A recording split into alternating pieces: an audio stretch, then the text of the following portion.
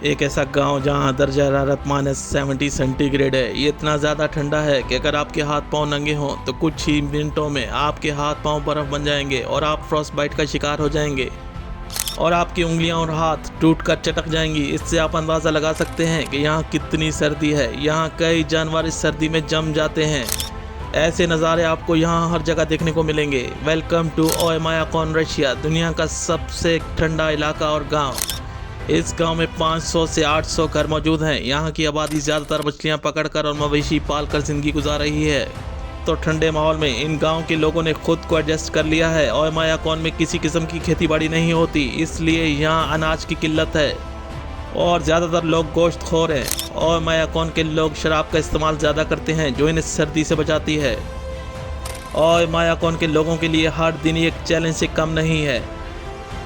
आम दो रफ्त के लिए घोड़े का इस्तेमाल किया जाता है। गाड़ियां यहाँ काम नहीं आती। जब तक गाड़ी का इंजन स्टार्ट है तो वो गाड़ी है, अगर इंजन बंद कर दिया जाए तो ये गाड़ी कभी स्टार्ट नहीं होगी। इसलिए यहाँ के लोग ज़्यादातर घोड़ों का इस्तेमाल करते हैं। गांव में अपना एक सेंट्रल हीटिंग सिस्टम मौजूद है जिससे पूरे गांव को हीट फराहम की जाती है। ये प्लांट कोयले की मदद से चलता है। यहाँ घर आम घरों से बिल्कुल मुख्तलिफ हैं। लकड़ी के बने हुए ये घर, इनकी हर दीवार लकड़ी की 7 शीट की मोटी तह से बनती है और हर कमरे में सेंट्रल हीट सिस्टम आने वाली पाइप मौजूद होती है जो हर कमरे से गुजर कर आती है, जिससे पूरे घर को हीट फराहम की जाती है। घर के 2 कमरे को फ्रीज़र के तौर पर इस्तेमाल किया जाता है।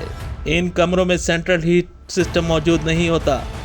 ये कुदरती फ्रीज़र के तौर पे इस्तेमाल होते हैं जिनमें ये लोग गोश्त वगैरह स्टोर करते हैं। गांव में एक आम इंसान तकरीबन 5 से 6 कपड़े पहनकर ही बाहर निकल सकता है। जानवरों के लिए एक अलग सी जगह होती है जहां बड़े बड़े हॉल मौजूद होते हैं जिन्हें हर तरफ से बंद रखा जाता है ताकि इस सर्दी में जानवर जिंदा रह सके। इस गांव का दिन सिर्फ 4 घंटे का होता है। 3 बजे ही अंधेरा छाने लगता है। इस गांव में छोटी बड़ी नदियाँ मौजूद हैं जो मुकम्मल जम चुके हैं और गाँव के आस पास जंगल, बर्फ से ढके हुए दरख्त और बर्फ की सफ़ेदी नज़ारे में बहुत खूबसूरत लगता है। लेकिन यहाँ रहना इतना ही मुश्किल है। ओयमायाकोन के गांव घरों में पानी की कोई लाइन मौजूद नहीं होती, बल्कि ये लोग नदी से जो पानी लाते हैं इन्हें बाल्टियों में डालकर कमरों में रख ताकि इसका इस्तेमाल किया जा सके। नदी से बर्फ़ लेकर आते हैं जो कमरे में हीट की वजह से पानी बनता है और फिर इसका इस्तेमाल होता है। यहाँ लोग हफ्ते में 1 बार नहाते हैं।